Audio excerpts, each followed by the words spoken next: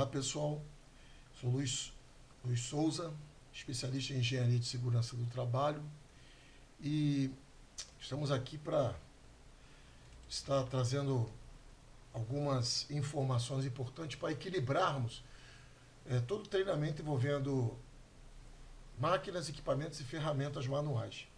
Então aqui nesse módulo nós vamos falar do que a NR17 menciona acerca de máquinas, equipamentos e ferramentas. Considerando que nós também usamos informações da NR12. Ou seja, em treinamentos de NR17 nós falamos da 12 e em treinamentos da 12 nós falamos da 17 no contexto de máquinas, ferramentas e equipamentos de maneira geral. Então, antes daqui coloquei um exemplo de um modelo de método, melhor dizendo, um método de REBA, que é de fazer avaliação das informações do trabalhador, em que condições ele vai trabalhar, analisando com profundidade, seguindo uma série de princípios da ergonomia. Não vou estar aqui citando, porque não é um curso 100% de ergonomia, mas somente do texto que se refere a máquinas, equipamentos e ferramentas manuais. Mas uma ferramenta precisa ser projetada, e precisa ser trabalhada dentro de um objetivo. Então tem até um módulo que fala de projetos. Desculpa. E nós precisamos projetar as máquinas, equipamentos e ferramentas, considerando que projetou uma máquina, ela, em algum momento vai precisar de ferramentas para fazer um conserto, uma manutenção qualquer. Isso também envolve que as ferramentas vão ser usadas para mexer em alguns equipamentos. Então nós vamos ver em outro módulo todas as definições. Então estamos construindo um conhecimento. Mas a priori, nós temos que entender que, como vocês estão vendo aqui nessa imagem, mostrando diversas posições em relação à pessoa possa inclinar, o pescoço, como vocês estão vendo aqui, o tronco e as pernas. Então, qualquer máquina, equipamentos, ferramentas, precisam ser projetados considerando a peça principal, não vou dizer nem peça, né? O personagem principal da história, que é o homem, o ser humano, de maneira geral, seja ele sexo masculino ou feminino, que vai executar a tarefa. Então, as máquinas, os equipamentos e as ferramentas precisam ser projetados para tal. Eu coloquei só esse método REBA, mas tem uma infinidade de outros métodos. Pode haver alguns contextos que tem que se usar mais de um método para conseguir ter uma resposta bem mais assertiva, mas enfim, existe métodos para poder estar fazendo, num ponto de vista ergonômico, projetando ferramentas, máquinas e equipamentos que venham atender de fato o ser humano sem sobrecarregá-lo, sem gerar doenças ocupacionais, ou acidentes do trabalho. Essa é a proposta. Então, no ponto de vista de máquinas, equipamentos e ferramentas, a NR12 e a NR17, elas se complementam para que, no ponto de vista da NR17, ela traz ali uma adaptação da máquina às condições do ser humano, para empregar o mínimo de força possível, ou força nenhuma, enfim. Então, isso tudo, e operar de uma maneira fácil, rápida, sem comprometer a produtividade. Então, isso tudo em vista de que o personagem, principal é o ser humano. Tudo bem até aí? Então, item 17.7. Trabalho com máquinas, equipamentos e ferramentas manuais. O 17.7.1. O trabalho com máquinas e equipamentos deve atender em consonância com a norma regulamentadora 12. Então, vocês estão vendo aí que já comentei sobre isso.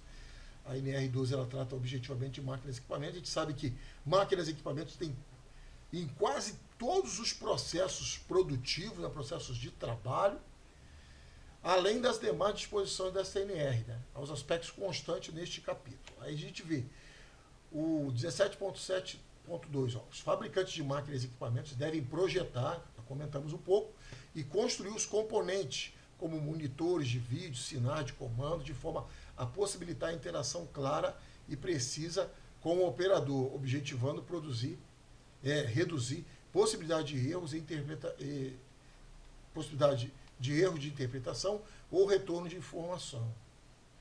Nos termos da NR12, aqui já está mencionando, mostrando que existe um casamento aí entre a NR 17 e a 12 no ponto de vista de máquinas e equipamentos. Esse item 17.7.2, ele está dando uma visão bem objetiva de máquina, mas o capítulo trata disso tudo. Como nós vamos fazer uma harmonização com a 12, nós precisamos estar falando tudo isso aí. Então, mesmo que você só esteja sendo treinado para ferramentas, saiba que muitas ferramentas vão ser usadas para consertar máquinas ou fazer manutenção em máquinas, melhor dizendo. Tudo bem até aí? Então, é importante te perceber isso tudo. Mesmo que você não seja o operador da máquina, mas você é um homem que faz a manutenção. Então, tu usa ferramentas para fazer a manutenção nessa determinada máquina. E você já tem que ter em mente que a máquina tem que ter sido projetada para que viabilize você também fazer a manutenção. Porque no passado, eu vivi isso, eu tenho mais de 30 anos na área de engenharia de segurança do trabalho. O que eu vi muito na prática? Às vezes a pessoa projetava alguma máquina, quando ia se operar a máquina, se operava até com uma certa dificuldade, no final das contas se tinha muito desgaste naquela operação, e quando se levava para fazer uma manutenção, o negócio era pior ainda. Às vezes quem projetou não pensou muito em botar a máquina para funcionar, mas não para um homem de manutenção entrar ali e fazer uma manutenção preventiva, uma corretiva também. Ok, pessoal? Então isso tudo é importante estar em mente e vai usar ferramentas. Então não tem como desassociar essas informações. A localização e o posicionamento do painel de controle e comandos deve facilitar o acesso, o manejo fácil e seguro e a visibilidade da informação do processo. Os equipamentos utilizados no processamento eletrônico de dados, então tem máquinas que são dotadas, hoje as máquinas mais modernas principalmente, são todas dotadas de equipamentos eletrônicos, né? Um conceito de robótica, de automação bem aprimorado, bem avançado, para facilitar, né? Trazer conforto, facilitar, gerar produtividade e menos desgaste e até intervenção humana. O lado ruim disso é que começa a diminuir mais empregos para essas funções, mas por outro lado vai também criando outras, né? Ou seja, acaba tendo uma certa compensação. O que cabe ao trabalhador, né? o operador, o profissional na área, buscar se aprimorar para conseguir executar atividades mais desafiadoras, vamos dizer assim. Os equipamentos devem ter condições de mobilidade suficiente para permitir o ajuste da tela do equipamento, a iluminação do ambiente, protegendo contra reflexos e proporcionar corretos ângulos de visibilidade do trabalhador. Então, aqui já está comentando o quê? Sobre equipamentos, né? Equipamentos eletrônicos, né? Telas, isso tudo que são equipamentos que vão estar compondo a máquina. Olha que interessante. Então, 17.7.3.2. Nas atividades com uso de computador portátil, já está falando da máquina num grau de sofisticação elevado. Inclusive, há ferramentas assim. Nós vamos estar vendo oportunamente ferramentas que você tem lá, dispositivos eletrônicos para te dar a informação. Ferramentas que tem lá um mostrador para ver o torque que você está dando numa ferramenta, né? Utilizar a ferramenta, quanto você está dando de torque, olha só que interessante. Então isso tudo tem sido o avanço da tecnologia e esse vai projetar uma ferramenta e começa a empregar, né, outros sistemas, né, elétricos, sistemas mecânicos, de automação, então a coisa vai se tornando bem sofisticada e o objetivo final, num ponto de vista ergonômico, bem estruturado, trazendo conforto para o trabalhador e menos forças para ele exercer na atividade. Né? Então vamos aqui, ó, repetindo, nas atividades com o uso de computador portátil de forma não eventual em posto de trabalho, devem ser previstas formas de adaptação do teclado. As pessoas têm tamanho diferente, existe a média do brasileiro, mas tem alguns casos que fogem à média. Né? E aí tem que criar meios para também se adaptar. Então, do mouse ou da tela, a fim de permitir o ajuste às características antropométricas do trabalhador e a natureza das tarefas a serem executadas. Então, no 17.7.4, devem ser dotados de dispositivos de sustentação, os equipamentos e ferramentas, aqui, ó, ferramentas manuais, cujo peso e utilização na execução das tarefas forem possíveis de comprometer a segurança ou a saúde dos trabalhadores, ou adotada outra medida de prevenção a partir de avaliação de análise ergonômica do trabalho. Então, o primeiro slide que eu mostrei para vocês, aliás, o segundo, já mostra ali o modelo de fazer avaliações do esforço que a pessoa vai fazer, a postura que ela vai trabalhar, Isso está dentro de uma análise ergonômica do trabalho. Por outro lado, aqui também fala de ferramentas manuais, né? Como eu falei, de ferramentas com dispositivos, né? Tem equipamentos eletrônicos instalados na própria ferramenta. E a ferramenta também, ela precisa ser leve, ser de fácil manuseio, e é elaborada com princípios da mecânica. Tudo isso aí, máquinas, equipamentos, ferramentas, tomam como base o princípio da mecânica para realizar trabalho, aqueles princípios que a gente aprende na escola, realizar trabalho, e gastar o mínimo de energia possível, né? Alavancagem. Então nós vamos estar vendo pressão, então a gente vai estar vendo um pouco sobre isso, na questão de máquinas, equipamentos e ferramentas. Tudo bem até aí, pessoal? Então, seguindo, a concepção, quer dizer, a criação, o projeto das ferramentas manuais deve atender, além dos demais itens da SNR, aos seguintes aspectos. Facilidade de uso e manuseio, ou seja, aí já envolve também o quê? A resistência, o material e a resistência do material. Então, hoje nós sabemos que tem materiais hoje com uma bem leve e com alta resistência. Então, isso tudo é um progresso que evita da pessoa, às vezes, criar uma fadiga a mais. No fundo, isso vai acabar impactando até na produtividade. Quanto mais bruto e pesado forem as ferramentas de trabalho, menos esse trabalhador consegue a produtividade desejada pela empresa. Então, é importante ter ferramentas de fácil uso e também manuseio. E, por sua vez, também sejam leves, não é isso? Então, evitar compressão da palma da mão ou de um ou mais dedos em arestas ou quinas vivas. A quina viva, ela pode gerar acidente.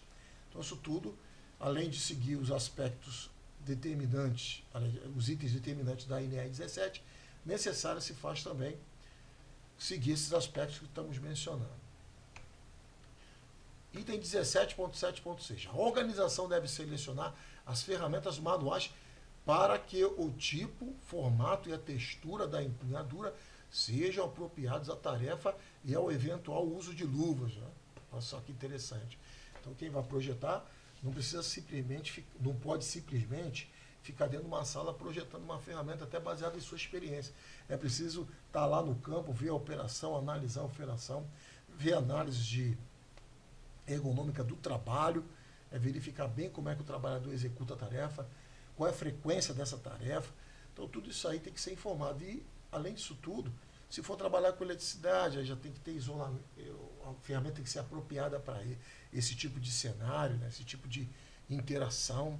Tudo isso tem que ser pensado nas ferramentas de maneira adequada, de acordo com o que vai ser executado. Um outro exemplo importante, não está aqui nessa apresentação, eu mostro alguns modelos de alicate.